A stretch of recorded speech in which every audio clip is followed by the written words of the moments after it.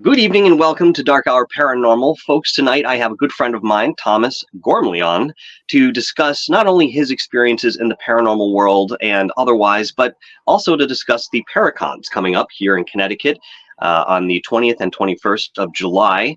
And then again, we have another Paracon out in Salem in October, and we're going to get into detail about those events and what to expect.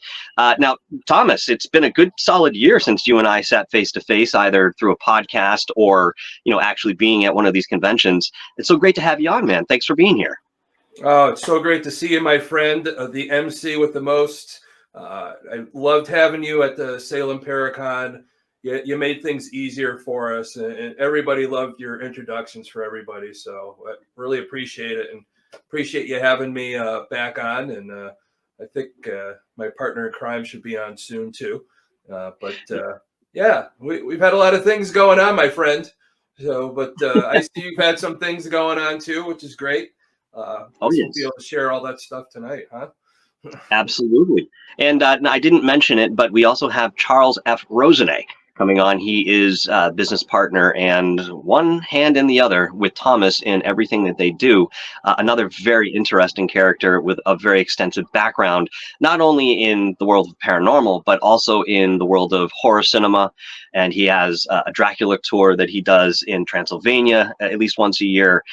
Fascinating individual. He should be joining us very shortly. But in the meantime, Thomas, I know that people have seen you on this channel before. I know that we've covered the Salem Paracon that went on last year. But could you give us a little introduction to who you are, what you do, and what you've been doing in the last year, just to give us a foundation here? Well, I'm known in the industry as the archangel of the paranormal. I'm a healer. I help the living and the dead on both sides of the veil. I've done a lot of probably over 2,000 home cases since my days of high school. Started out with the Warrens, learned from them, went on my own path, which you get to a point where you feel like you have to go on your own path to help people and what you pick up on the other side. But over the last year since I saw you, my friend, it's been getting crazy. Charles and I do tons of events, not only the upcoming Paracon 2 ends because it's in Connecticut, so paracon.org to check out all the people that are coming. We've done psychic fairs. We have so many upcoming things. Of course, you mentioned the Salem Paracon, where we met finally for the first time in person. We've met online, but first time in person, which was fantastic. And we have, another event going on in Hartford. We talked about Salem witch trials last time we talked, but I did mention that 45 years before Salem, there were trials in Connecticut where people got accused of witchcraft in Connecticut. So last year, the court system, exonerated them, and we're celebrating for the first time in Hartford on historic Pratt Street. So that should be very interesting because there's a yin and a yang to it. There's the ancestors that don't want anything to do with witches and the witches that want to celebrate because, a lot of people are against them nowadays. Like people are against poor people back then and accuse them of witchcraft. So it's like a yin and yang. It's hard to balance, but I think it's going to be pretty epic that we get to educate people. Because I just asked a person, I say to them, hey, did you ever hear about the Connecticut witch trial? Nobody knows about it. It's like, it's part of our history. It's a negative part of history, but you don't want it to repeat again because it goes on nowadays. Somebody's online and they don't like what they say. And then next thing you know, it's cancel culture. They're done. So without anybody discussing as adults with each other or what their views are, and we miss out on that. You get a whole bunch of people gang up on somebody, and that's what happens nowadays. So it's not as bad as getting hung or water tortured or anything like that, but still, it takes away your reputation's gone. I know everybody has who they are. You can't take that away, but sometimes it's tough to overcome reputation, especially nowadays. So I think a lot of times when we have a case like this, there's a miseducation or an undereducated individual that's acting on a conviction that is based on very limited information and possibly belief. Obviously we've seen this trend. So when you bring up something like that happens online, it is a different form of the same beast that we may have dealt with when it was, the witch trial era and so forth. Now, one of the things a lot of people don't understand when they think about the witch trials, they think of Salem. Massachusetts. That's immediately where they go. And of course, that type of lifestyle is celebrated in Salem to no end. And that's fantastic. However, if they go a little bit further into it, they find that, at least in Massachusetts, the first cases of witch trials happened in Danvers, which there is a monument to, and you can go in and check out this memorial. But even less understood and known is that it began in Hartford, Connecticut. And that was where the first execution occurred. And I mean, we could go right into the actual place, because I think now it's a quadrangle within, certain things, but it's right in the heart of Hartford. And prior to that, we're looking, a couple hundred years before, this happened over in England. So this is a reoccurring theme that we see. Why do you just not doing the research believe that it all happened in Salem? Yeah, I don't know why people, they made it more well known in Salem. They kept their history alive. I think that's the problem. People don't want to keep history alive. Yeah, it's a negative part of our history, but sometimes you have to see the bad to keep it from happening again. You don't want to repeat things like that. So you have to be educated. Either, it can't be, everything can't be dandy. You got to look at these things and educate yourself. And it's still, even go back then with any of these trials, it's always a separation of the wealthy and the poor. That separation. And then anytime somebody gets that opportunity to have land, it's taken away, and it's blamed on witchcraft, or the wealthier are having the flu, they have disease, and they blame it on the poor, so they have to sacrifice somebody. So there's always like a scapegoat. And it's just, some of these people didn't have the money or the well-to-do, and if they spoke up, they were considered witches just for speaking their mind, which it's great that we're able to do that nowadays, but still, depending on what you say, people still basically throw rocks at you or anything like that.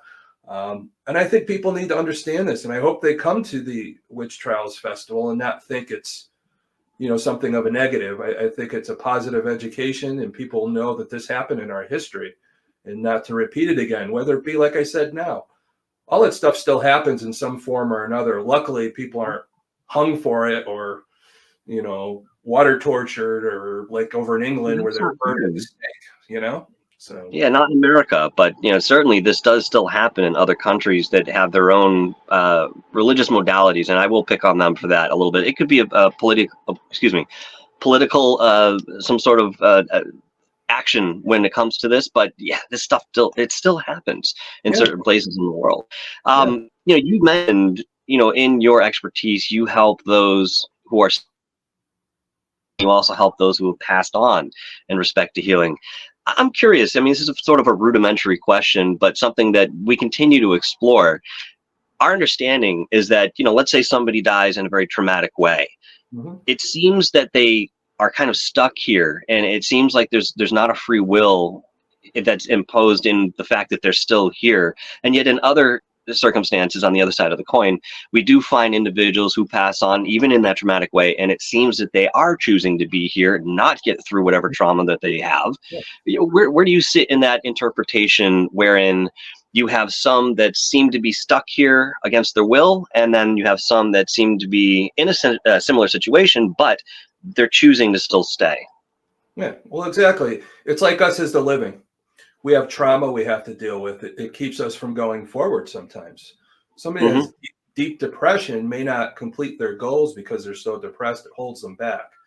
But when you die, sometimes that energy, your shell's gone, but you still have that block, that trauma block that keeps you from going on, or the trauma of dying all of a sudden in a car crash and you don't know you died. Those are the theories behind it. And sometimes you have to with that contact I've told you about, I'm an empath. I can feel people's energies. And sometimes I'm able, in extreme situations, I'm able to pick up on, people that have passed with equipment too. But, just recently, just to give you an example, Charles and I did an event at the Haunted Trolley Museum in East Haven, Connecticut. So we do a lot of events there. It's a great place. I used to go there as a kid and all that. So it's been around for a while. And we took a group. The first night, we usually do 2-night events, so everybody gets a shot to go. And the first night, we were on a train or a trolley that was supposedly from New Orleans. And we were on it. We were picking up on the equipment, we're picking up some energy, and I was getting a name of a guy named Billy. He wanted to go to college. That's all I got the first night. And I went home and it kind of bothered me. I was like, somebody's reaching out. So I kind of opened myself up a little more the next night. So whenever it gave everybody the equipment to hold, and our guide was at the front of the trolley, and started picking up again. And then it got to the point where the energy was getting very high. The readings were off the rocker. The guy that was guiding felt a push of energy, and he had to hold himself up. Felt like he was going to get pushed back. So I had everybody just sit down for a second. So it was Billy again. And as I'm picking up on his energy, I see like a motion picture in my head. And it's like I see the war, World War II, World War One. I can't really, I think it was like World War II.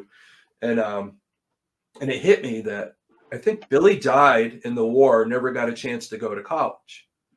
So immediately I felt, okay, I said to Billy, Billy, you went off, you wanted to go to college, but you were at war. You served our country. And serving our country is the same thing as going to college. You met your goal. As soon as I said that, all the equipment went to zero instantly. And just everything stopped. But that's about healing the other side. You're taking in the information, and he felt like he wanted to go to college. That was his trauma. He never got to go, and it was holding him back. And just somebody telling him, hey, you don't have to be here anymore. You served our country. That's college. And it made sense to, I guess, his spirit, and made that decision. You give them the words, they make that decision.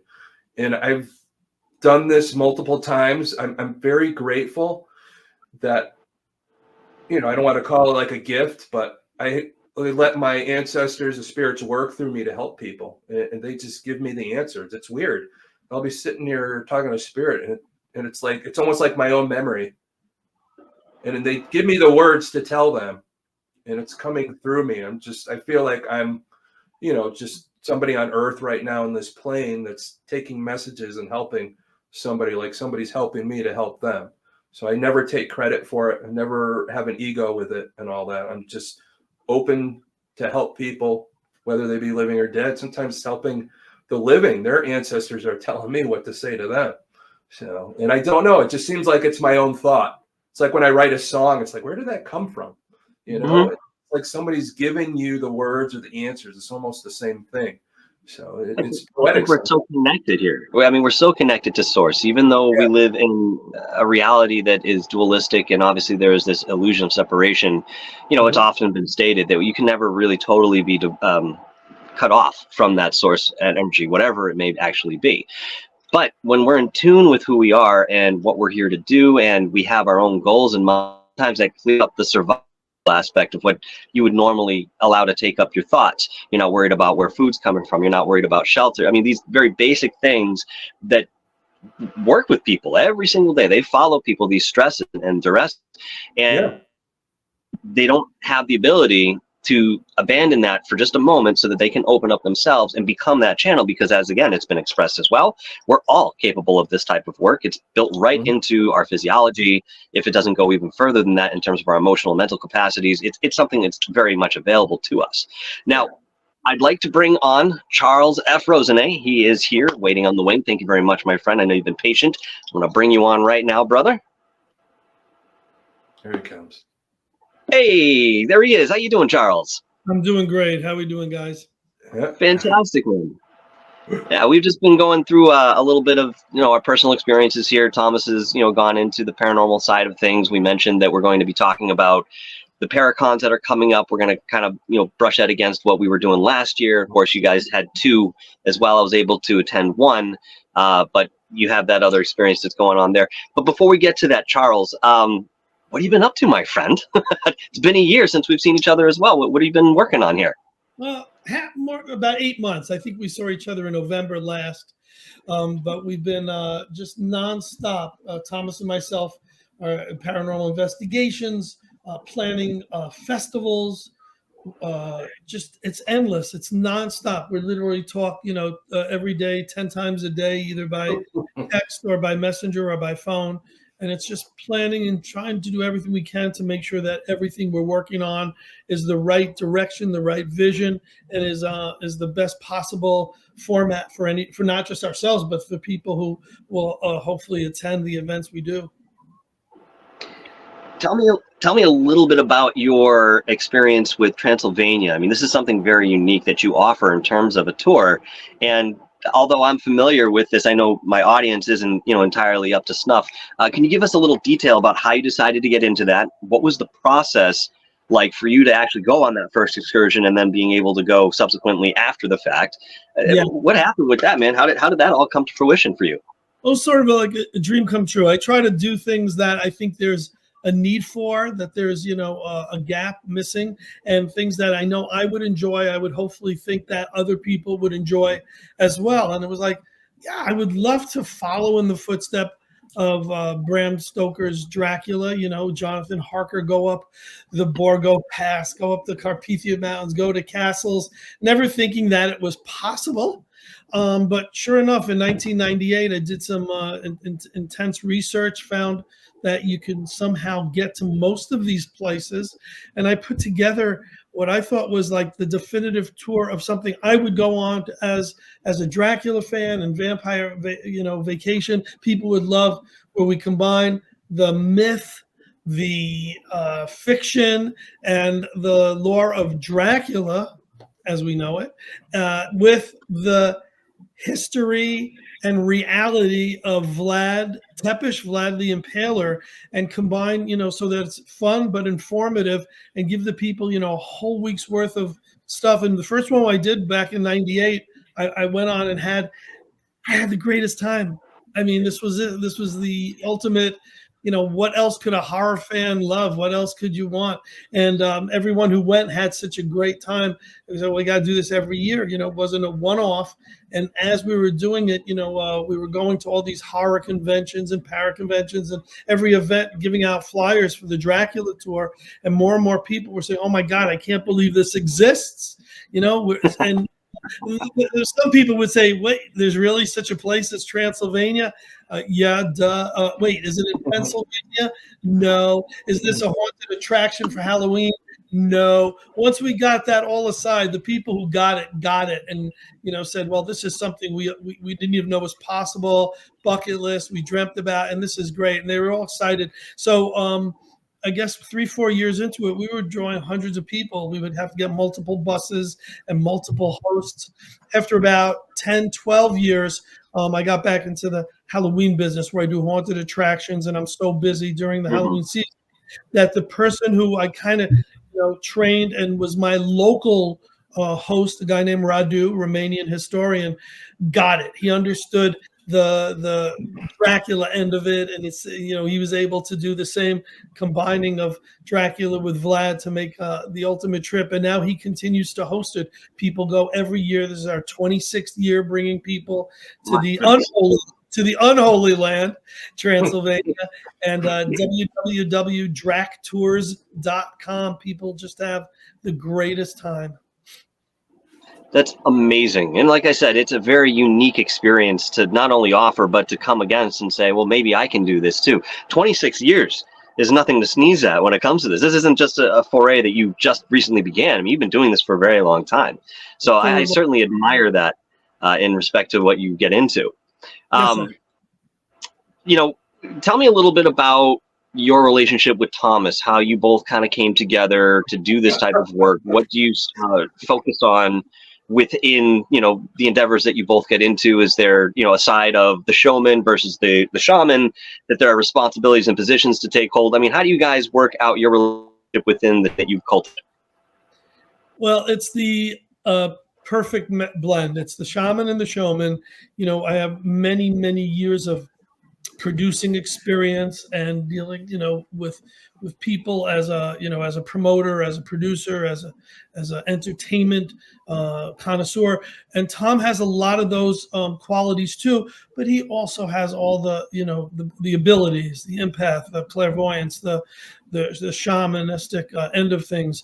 And it's funny because when we first met, actually we met prior, but I didn't remember. But when we met at an event, at a psychic fair in Stratford, Connecticut, coincidentally, where we're having the Paracon, he's hanging out and he's ingratiating himself, and he's really, we're getting to know each other. And I go, man, I don't like you. And he goes, that's fine. I don't like you either. And literally the next week we were partnering up and doing stuff. It was crazy. That was the break ice, and and we still tease each other about it. And we always bring it up literally on every talk show. But yeah, I could not do this by myself without justifying. I don't have the power. I don't have the gift. I can't go into a haunted place and bring equipment and say, well, this is how to use it, and here's, and actually get results. I can take pictures, and I do that really well, and I get, results in the photos. But between the two of us, when we go out and do these paranormal investigations, or we do a psychic fair, or we do a convention, we're giving the people, legitimacy. We're giving them the best of every possible combination, so that we're guaranteeing that they're going to have the greatest time, but it's going to be authentic. There's going to be, vendors who sell and are setting up and doing readings and doing all the things that are necessary for paranormal convention. We're going to also have a little ghost hunt while we're doing the convention, and it's hard for one person to. It's hard for two people to do. You need a team of about 50 to do the things we do, but somehow we squeeze everything in and make sure that everyone gets their bang for their buck. Now, I do want to talk to you a little bit about this impromptu ghost hunt that you had mentioned on the flyer. Obviously, I don't see it in the schedule as of yet, but I know that there's a lot more detail that goes into that. But before I go down that road with you, Thomas, is there anything that you wanted to express in terms of how you guys met and the processes that you work with within your team? Well, Charles is right. We're very sarcastic with each other. We have a good time. We have a good time together, and we purvey that to the people that come to our events. Our chemistry, we try and exude that on anybody that comes through the door or comes to an event or anything like that. That's important. Yeah, a lot of people look at the paranormal, they get very serious and all that, but you have to have that happy medium, because I tell you, I've gotten some of the best results in a place where we're trying to talk to spirits. We're just sitting there laughing, talking with each other, and then you get that information. You have to have a good time, but you have to keep yourself open. And when we do these events, especially at Paracon, when you have all these different speakers from all different walks of the paranormal or horror or metaphysical, anything like that, and you hear their perspective, and then you start building your own experiences in the paranormal by hearing these people that have been doing it for a long time. And I think that's what makes it worth coming and enjoying that type of atmosphere. And Charles and I, we want to provide that for everybody. It isn't like the woo-hoo or anything like that. What's the reality of it? What do these people see? Like Charles' book, people give them their most haunted story and all that. And when you come to our events, you're getting these people telling you there you go, that one like haunted event when they speak and what happened to them and how they dealt with it. You can't get better than that, and it's crazy. Well, I think a lot of people have a difficult time connecting the two worlds of the paranormal and our physical reality, in the sense that maybe you watch a movie and you see a character go through certain things, but there is a separation between you and that character. You just invest emotionally to make that character more real. For a lot of people looking at the paranormal, maybe this person existed here at one point, maybe they're a figure in history somewhere, but they don't make the connection that they're still talking to what would be considered a human being, just without the human form. And they have senses of humor. They have wants, needs, desires. They have things they either want to communicate or don't. I mean, it's just like you and I. And I think, being in a position that you are in terms of the healer, working with that side as well, obviously you having that understanding and a concrete fundamental understanding of that, it's paramount to connecting with people. The same way that you have somebody come into a therapist's office, that therapist doesn't seek to separate themselves in the sense that they're looking at that as another individual in the session. They're trying to communicate and connect to that person so that they can either commiserate, relate something, have some sort of basis in which to put themselves in those shoes and then move forward in terms of what the best course of treatment is, whatever that may be. But yeah, we can look at that in terms of paranormal, I think, in the way that people perceive it, because there isn't a separation. And these are real energies that you come up against, just not in the same form that you're familiar with. And that I think is really the long and short of it.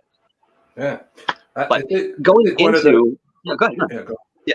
I think one of the big things with our events, as you're talking about the energy of what's there and what you're communicating with, I think it's very important, because Charles and I always want to have a dinner before we go do the event. We have a dinner, we go over the equipment. Not just him and I. We don't have to have dinner together. Yeah. Are you sure? I have an extra candle I can bring for you. Yeah. We usually just have ice cream or something, you know.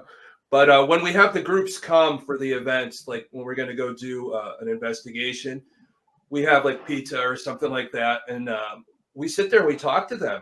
We get them ready. We build the right intention, you know, before we go into a place. And I think when you have a group like that and they're all on the same page, that's when more things are going to happen. You don't want to have somebody that's poo-pooing everything and all that. Most of the people that come to our events want to have an experience, and we prepare them for that. We show them how the equipment works. We get them all involved. They get excited. There's been people that have come to our events that have their own teams now, you know, just from what they learned.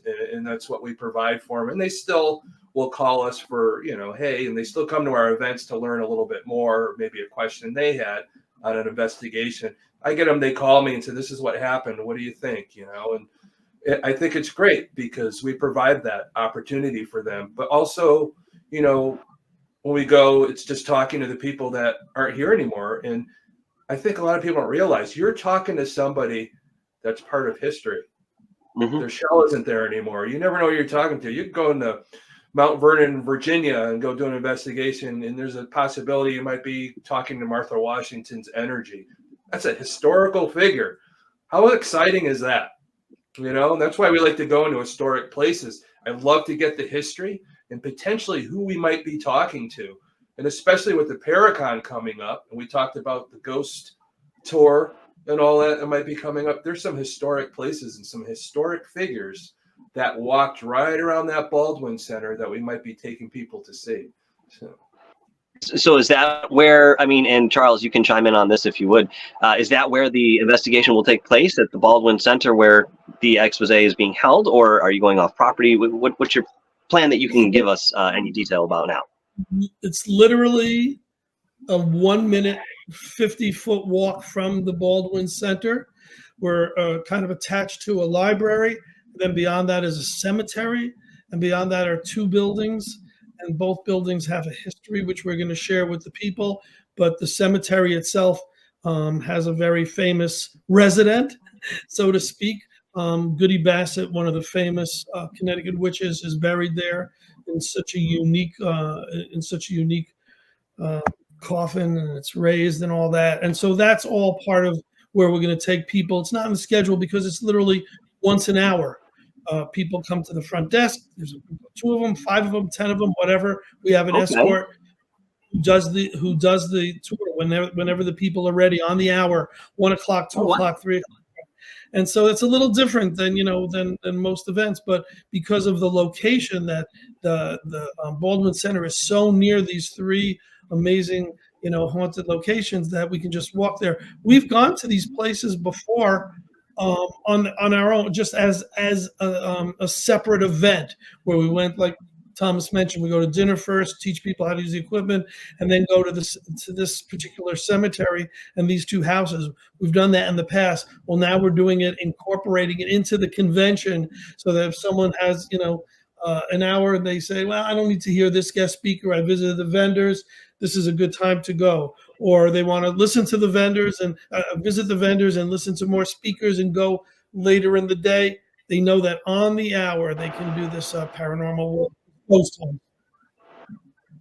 I think that's an absolutely fantastic idea and a really good addition to an event like this, because not only are you there on the research side of things, listening to the speakers, walking through the vendors, getting into what they have to offer, you now have an opportunity coming to this event, folks, that you can actually be part of a paranormal investigation.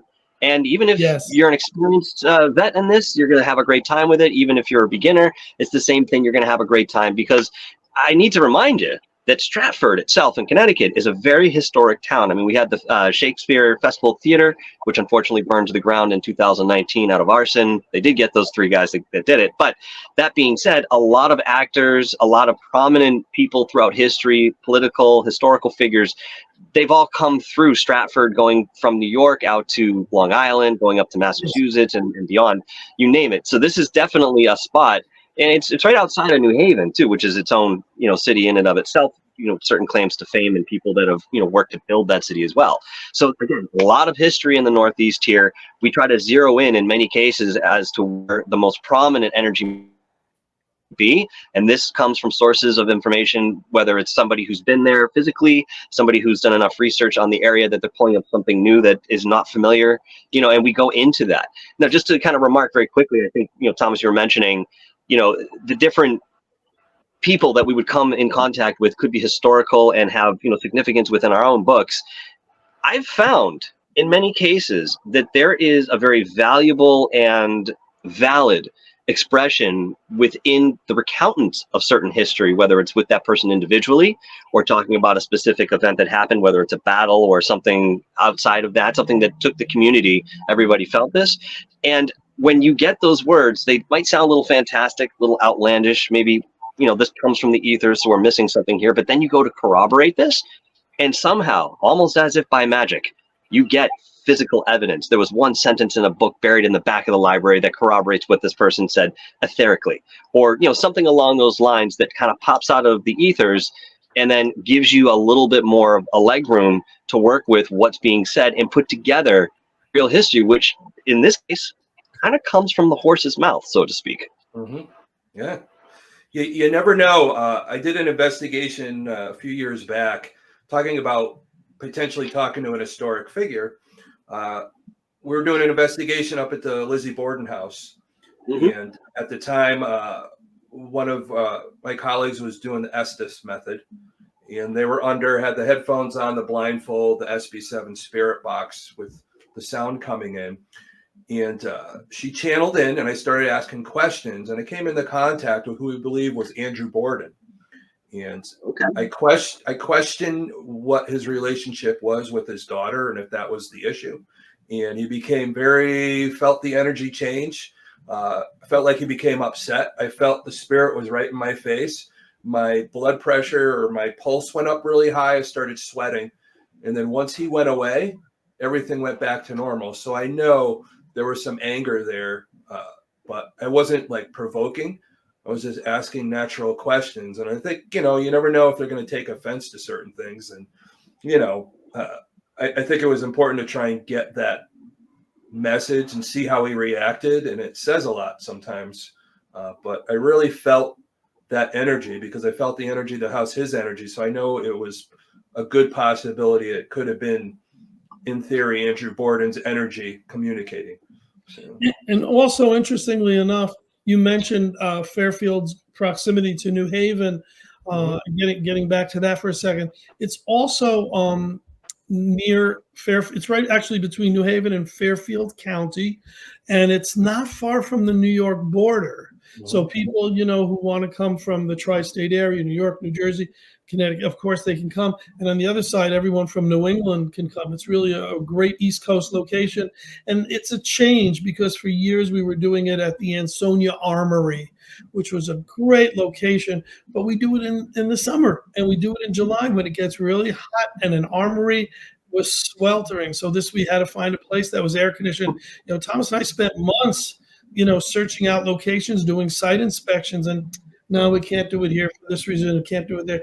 Here with plenty of parking, air conditioned, right, literally 2 minutes off the highway.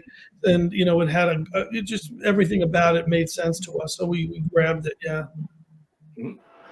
Now both of you did a Paracon in Ansonia, I believe it was last year. Is that correct? Yep, that's the same event. It was Paracon 1, 2, and 3 were all in Ansonia, and now for the first time it's in Stratford, Paracon 4. Correct. So within this upcoming year, what could somebody who's attended past events that you've thrown expect to see this time around, whether it be some of the same things that are addressed or something new and unique? What would somebody expect to come to this year's Paracon? Well, the guests are it's unbelievable. What's different about this show, of course, is Michael Roser's doing the emceeing, which has never been happening in Connecticut before. But the guest list is like amazing. Even the guests who we've had before, like a guy named Jimmy Pedinino, who's Mr. Haunted. He's got a new book out, so he's going to talk. He has other things to talk about other than what he's talked about in the past. But so many of the guests have never been at our show before. Some have never been at any Paracon in history, like Andy Andrews from Ghost Hunters and Ghost Hunters International, Kenneth Drake, if I'm not mistaken, the Hollywood, haunted paranormal reader has never been at any Paracon before this. So you look at the top line of the guests, and either they've all been first timers, or they've never been to Connecticut before, or they've never been to our event before. And then the ones who are coming back are all coming back fresh. We invited them back because we love them, because they've done such a great job in the past, and people, really resonate with the guests we've had. So the combination of all these great guests who are speaking, all the amazing vendors who have just such great stuff, not only as far as merch, but readers, tarot card readers and palm readers and crystals and all that. But then, like you mentioned, we've added the ghost hunt, the paranormal investigation on the hour. And we also have a film festival that's curated by Eric Bloomquist from Mainframe Films. He's the horror guy who's put out the Night at the Eagle Inn. He's put out Founders Day, a lot of really classy horror movies out of Connecticut. He's going to be curating our screening room, where if everything goes right, we're going to work on this. He'll show his films, which I think have only been shown like at film festivals and at sneak previews and opening attractions, and in some theaters, select theaters. But we're also going to show if someone's been on a ghost show, paranormal caught on camera. For the next few days, Thomas is going to be reaching out to all our guests and saying, "Hey, do you have your video available on download? Do you have it on a thumb drive? Do you have it on a flash? Can we show it at the event?" And we'll be showing.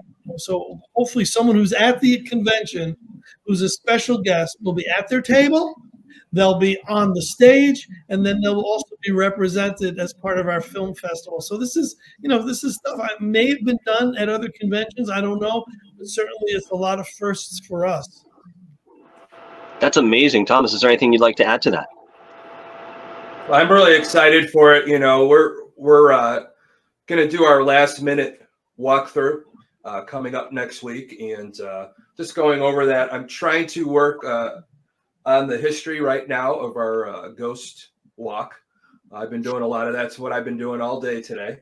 So trying to incorporate everything and just making sure when we do our walkthrough again that I have everything lined up, and to make sure we have a perfect, fun walk, and also going to be reaching out to anybody that's has some clips, whether they be documentaries, shows, movies, whatever, something that they could, of course, like Charles said, be able to download or, put on a clip, or, just let us know on YouTube where it's located so we could upload it and all that for the movie event too. So, and the screening room. So it should be awesome. Very exciting. I mean, it's July 20th and 21st, Saturday and Sunday, which is, coming up close. I don't sleep at night. I'm just so excited about it. I wake up with ideas and I, get really, really pumped. And you can see it by my eyes that I haven't slept in a month. But I'm really, when you have the support team that we have, we have Melissa Sarfine, who's doing so much of our graphics and our website. All the vendors and the guests have been sharing it online, and they're so psyched about it. Anna, Italiano is there, always sharing everything we do. I shouldn't point out just one because, Gretch, everyone just does that. Yeah. We appreciate everyone who's doing that. And that especially Adam. Adam Beacon's our biggest supporter. Yeah. Never heard of him. But anyway, I don't know who he is either. That's why, when you can't mention one because then you leave out another. But we have such a great support team, and it's a big family with us. We love the people who are part of the event, and we love the people who attend. And I think that they feel that. I think that, transcends just, the welcome at the door and, have a great time and all that. We've shown that at past conventions, and we're going to continue to show that. Well, when I attended your Paracon last year in Salem to host that as the MC, one of the things I noticed was the openness of energy that was there. You could go up and talk to anybody, start a conversation with anyone. And while I was sitting over at my booth, I'd have many people come up and sit down, start having conversations. I think James and Nito and I got into about an hour and a half conversation where we were both like, okay, there are other people here and things to do. We'll talk later.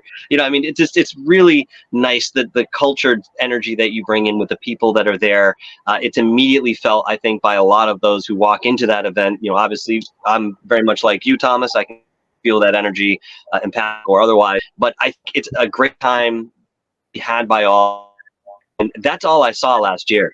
A lot of jaws on the floor from those speakers, and not just the esoteric speakers, the horror movie actors as well. I mean, just people really bringing something from that inner child out to the surface within the adult form that we're all now encompassed in.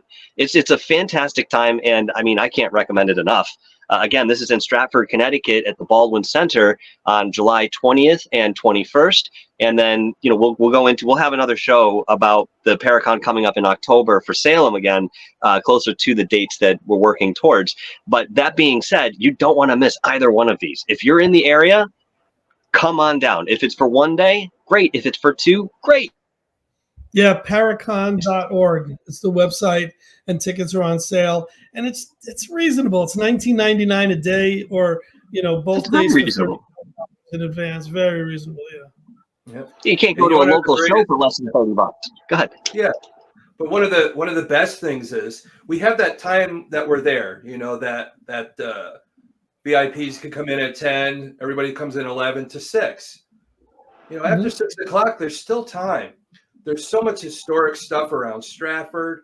I'm telling you, New Haven's known as probably one of the best pizza places in the world. Right. Yes. You're right near there. You could come and get, if you're coming from like way up in Maine and you never had, the best pizza in the world, you could go right in Worcester Street right there in New Haven. It's right nearby. There's so much historic stuff. Yale, one of the oldest universities in the country, that's very haunted too in certain spots. Even where we're doing the tour, that's not just that we're staying in that area, but less than a mile up the road is Elm Street in Stratford, where there's, the Warrens did an investigation up there. That place was ripped apart in the 70s, so it's not really there anymore, but that spot's still there.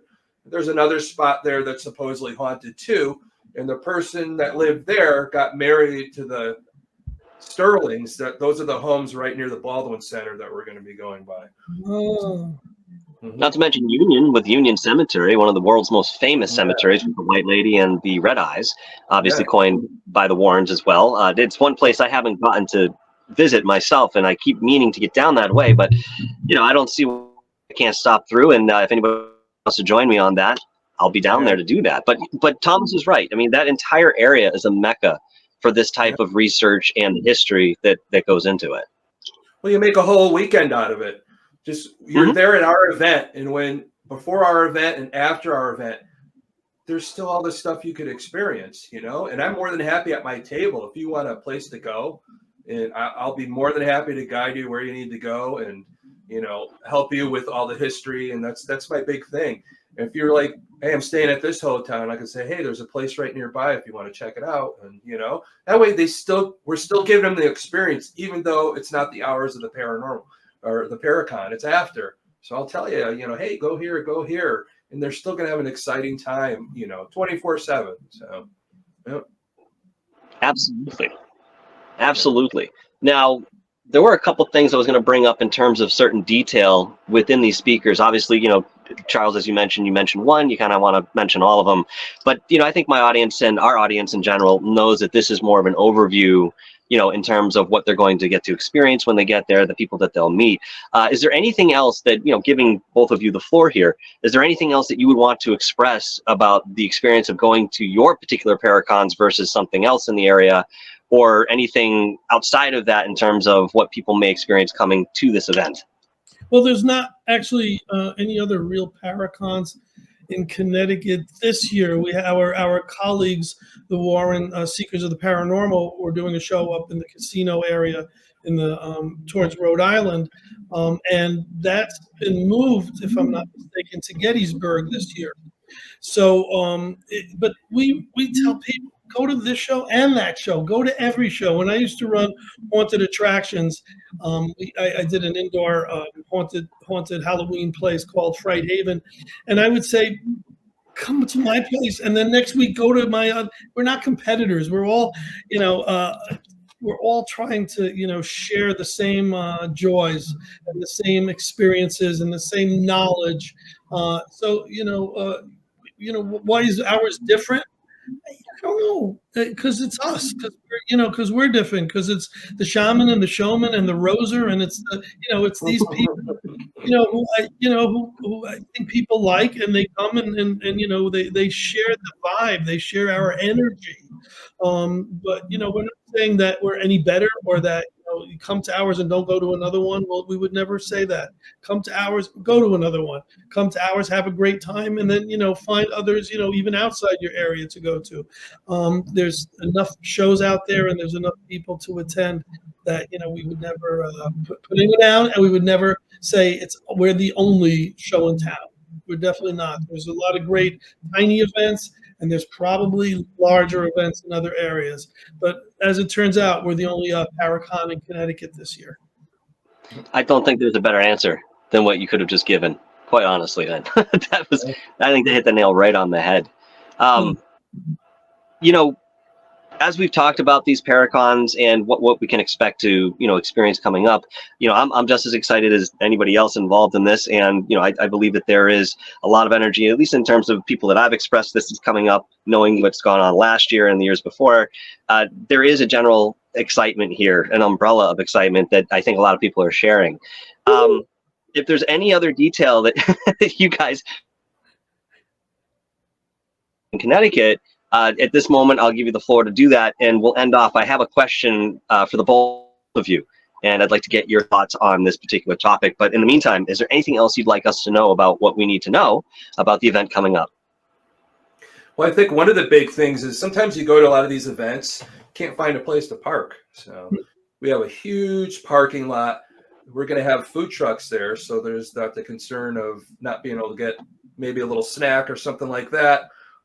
But again, even afterwards, like I said, there's the New Haven Pizza. There's the place that invented the hamburger, Lou's Lunch, right there in New Haven. Right in the whole area. There's so many great places. So it's a whole weekend thing. Having the ghost tour, having the film festival, having all the vendors, getting to see some of these speakers, the people you've seen on TV, online, on shows like we're doing right now, and just being able to go to their table and pick their brain and what they're all about, and getting that information, and for a very little amount. It could be very profound. It could change your life. It could help you answer questions you've had for a long time about the paranormal. And that's what we provide. And I think that's what sets us a little differently sometimes. We have our own thumbprint on it. All these Paracons are great Paracons. We love all of them. But then when you produce them, and you put your thumbprint on it, it is that little difference. And you bring in our core people that people always love to see, that we love, and some different people to get different perspectives. So that way it's always fresh every year. And you're getting to see something like, oh, I saw those guys, but I've never seen this guy. I got to go. And then we're providing a ghost hunt. Well, hey, they never had that before. We have a room to listen to the speakers. That's going to be a little different than we've done before. So we're always trying to change it so it's always fresh and you enjoy and you get to hear new things. And I think that's important, that everybody just keep going, level up every time, make it world class. So Absolutely, well said. Charles, anything to add on that? We want everyone to go to the Paracon, but we also want to share that the very following weekend, July 27th and 28th, we have the Connecticut Summer Psychic Fair. And as if we don't have enough on our plates, right? It's sold out of vendors, but it's a free admission show. And it's in the northern part of the state. It's in Windsor, Connecticut, not far from the airport, at an amazing facility venue called Dudley Town Brewery, which was named after the cursed land, the haunted area of Connecticut and Cornwall, called Dudley Town. But it's not in Dudley Town. It's at the Dudley Town Brewery, and it's this following Saturday and Sunday. So if you're in Connecticut and you love the stuff as much as we do, you got Paracon coming up July 20th and 21st. And then if you haven't had your share and you want to visit some more, vendors and psychics and all that, it's a smaller show. It's not 40 or 50 vendors. It's 20 vendors. But that's at the Dudley Town Brewery, and it's called the Connecticut Summer Psychic Fair Fest. So we do have a lot going on. Not to mention a witches festival in August. Too much information. We'll just focus on the website right below us, www.paracon.org, where you can get tickets online, see all the great guests, all the vendors that are listed, see the schedule. Everything is pretty much out there. There's every reason to continue to follow what the two of you do within your work, because as you've mentioned, there are so many different events that you're putting on. You really do have to keep an eye out to see what arises next. And I think that's fantastic, because there aren't that many crews out there doing this in the capacity that both of you have and are continuing to do going forward. That's important, because the second that, we lose that type of energy or ambition, some of this field may fall into the world of obscurity, and we lose, some of this information and the people that are involved and what we've already learned, knowing that all of this compounds in terms of information. What you share with me, I could share something with you. Next thing you know, we come to a different revelation based on both of our experiences or knowledge. And that's just, a very small example of what it's like being in the paranormal world and researching and experiencing this. I was going to say, hopefully not. Hopefully there will be others who keep this, this world, that it's not going to, fade, and it's not going to minimize. If anything, I think it's going to continue to grow. And I think as people become more aware and they understand that it's, not a curse, it's a gift. And there's people like Thomas, who share his wisdom and can do, good in all this paranormal world. I think that there's only room for growth, and only I hope it continues in different places and in different areas, and let there be Paracons in every state in the U.S.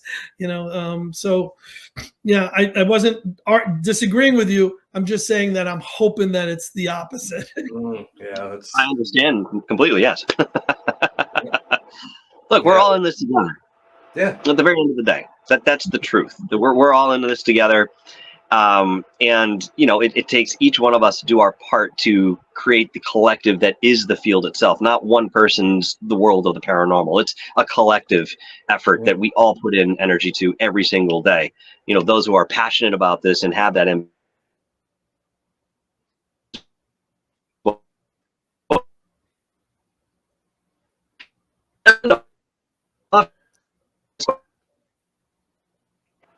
Okay, so the question I have is that I've seen a lot of people writing books lately, and even more putting together, little documentaries on the paranormal.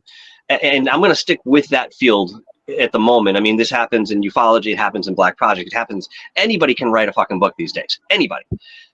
Out of your experiences, okay, knowing that we're getting saturated, or at least have experienced this to some degree when it comes to books and productions, for each of you, is there a book or production on the paranormal that really kind of shook you in the right way, saying, wow, this is something unique, this is something different, it's a different take, different perspective, something that I'm taking something away from? Would either of you have a recommendation within that experience? I'll go first, Tom.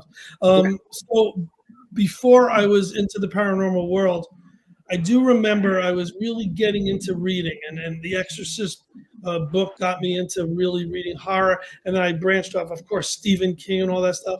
But I remember reading a book, and I don't know if it was by the Warrens or about the Warrens, and I thought, oh my God, this is too real. This scares me. I'm going to put this away for a while.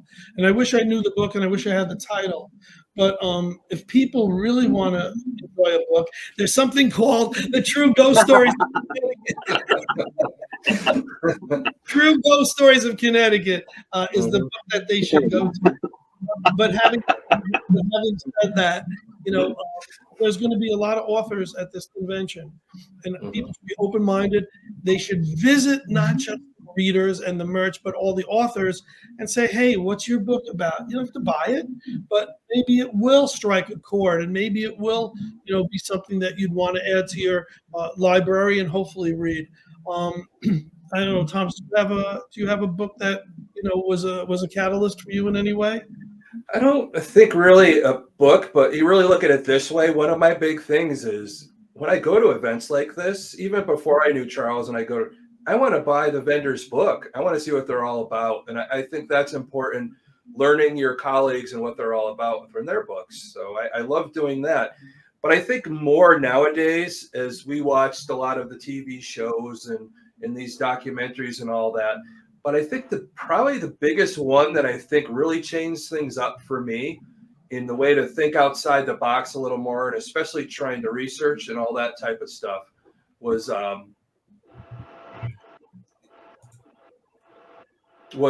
basically coming to a documentary called Hellier.